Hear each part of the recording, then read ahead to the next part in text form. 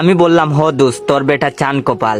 বন্ধু দেখি আবারও গানটা গেয়ে উঠলো, প্রেম সবারই জীবনে আসে, আমারও জীবনে প্রেম এসেছে, কেউ আমাকে ভালোবেসেছে, কেউ আমাকে ভালোবেসেছে। আমি মনে মনে ভাবলাম বন্ধু যদি জানতে পারে আমি এসব করেছি তাহলে বলবে শাহিন চাস কি তুলাকে ধরে ফেল। তারপর নিয়মিত বন্ধুর সাথে চ্যাটিং চলতে থাকলো। বন্ধুর নম্বর চাইতে বললাম, আমার মোবাইল নেই। মাঝে মাঝে ভাইয়ার মোবাইল দিয়ে এফবিতে আসি, ভাইয়ার মোবাইল দিয়ে কথা বললে ভাইয়া মেরে ফেলবে আমাকে। একদিন বিকেলে বন্ধুর পাশে বসে আছি, বন্ধু ফেক আইডিতে মেসেজ পাঠাইছে, আই লাভ ইউ। আমি বন্ধুকে বললাম, কিরে দোস্ত কোনো মেয়ের সাথে লাইন মারস? সে বললো, আরে বেটা তুই এখনো আমাকে চিনলি না, আমি মেয়েদের সাথে লাইন মারতে যাই না বুঝলি, মেয়েরা আমার সাথে লাইন মারতে আসে। আমি বললাম, মাশাল্লাহ দোস্ত, তোর পুরাই কন্যা রাশি, না সামলাতে পারলে আমাদের দুই একটা দিস। ও বললো, আচ্ছা ঠিক আছে দিব, এখন যা ডিস্টার্ব করিস না। বন্ধুর বাপ দেখা মনে হইলো বন্ধু পুরাই মজনু হইয়া গেছে।